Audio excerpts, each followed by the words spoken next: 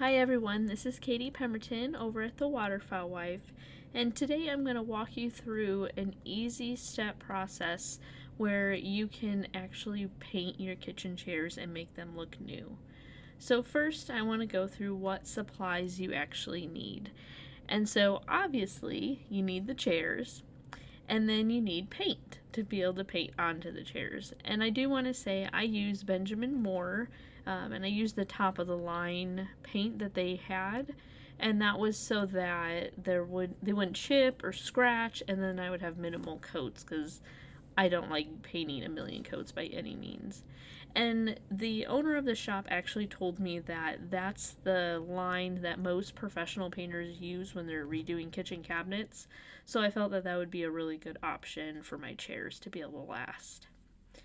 Also, the color I used was called Midnight Dream, and it was actually a blue shade. And the reason I went with that is because I was told that the black colors tend to take on more of a charcoal color, and I really wanted that real rich black color. And so this was the one that she recommended, and I will say when you put it on, it looks blue, but I do promise it does dry black. So it is now my go-to for any project that I'm wanting to paint that specific black. So I highly recommend that. Also, you're going to need some type of cleaner, and so I use Rust-Oleum's Cabinet Transformation Deglosser. The only reason I used that was because I had it left over from redoing our kitchen cabinets with that brand, and so I just wanted to use that up. But any type of cleaner would be fine. The goal of it is to get the grease and anything that's going to block that paint from attaching to the chair. So really just wanting to get them nice and clean. And then lastly, I decided to use a spray painter. You don't have to do that. You could do by hand. I'll explain later why I chose that option.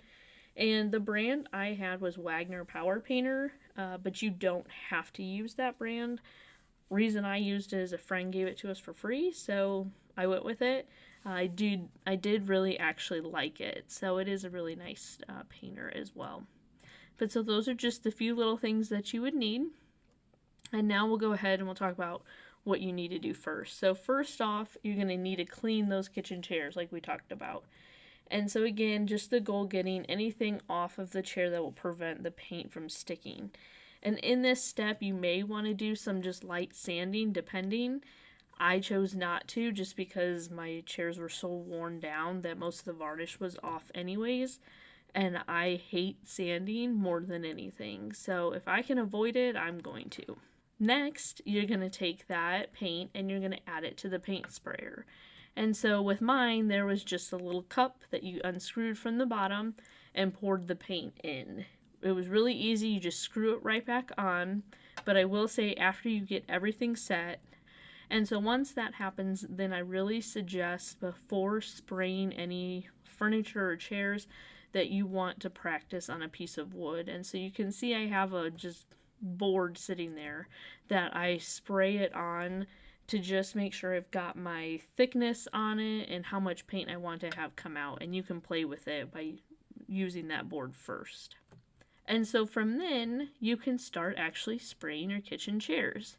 And so I do want to say in this step, I want to explain why I picked this paint sprayer. And so I've done a lot of projects where I hand paint, and it took forever. And then it was also common to have where I would get a full coat done and you could see the brush marks, or maybe it still needed a bunch of more coats. And so I decided to try this out and see if it was easier, and it really actually was. I finished these chairs in a matter of a couple of hours instead of a couple days or weeks like it normally would be for me. And so also with this is nice. It's a nice even coat and it doesn't use all that much paint. And then also win-win, there's no brush marks. And so with how intricate these chairs were, I just felt like this was the really best option. And really, they're not that expensive. So if you do a lot of furniture remaking or any painting and things like that, I highly suggest you buying one. So I started by spraying the chairs while they're sitting upright, And then after they were dried, I flipped them over to paint the bottom and any other spots I couldn't reach before. Now make sure that the top is completely dry before doing this. That was the mistake I made, and it wasn't, and I had to then go back and do multiple different little coats over it just because of it, but they still turned out just fine.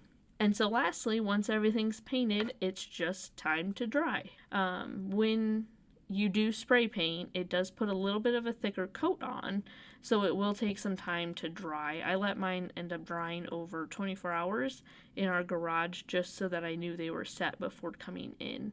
But once you have them all set, then it is time to use them. So I would love to see if you have used a paint spray or any of the projects you've done, or if you have redone your chairs. I'd love to see those projects as well.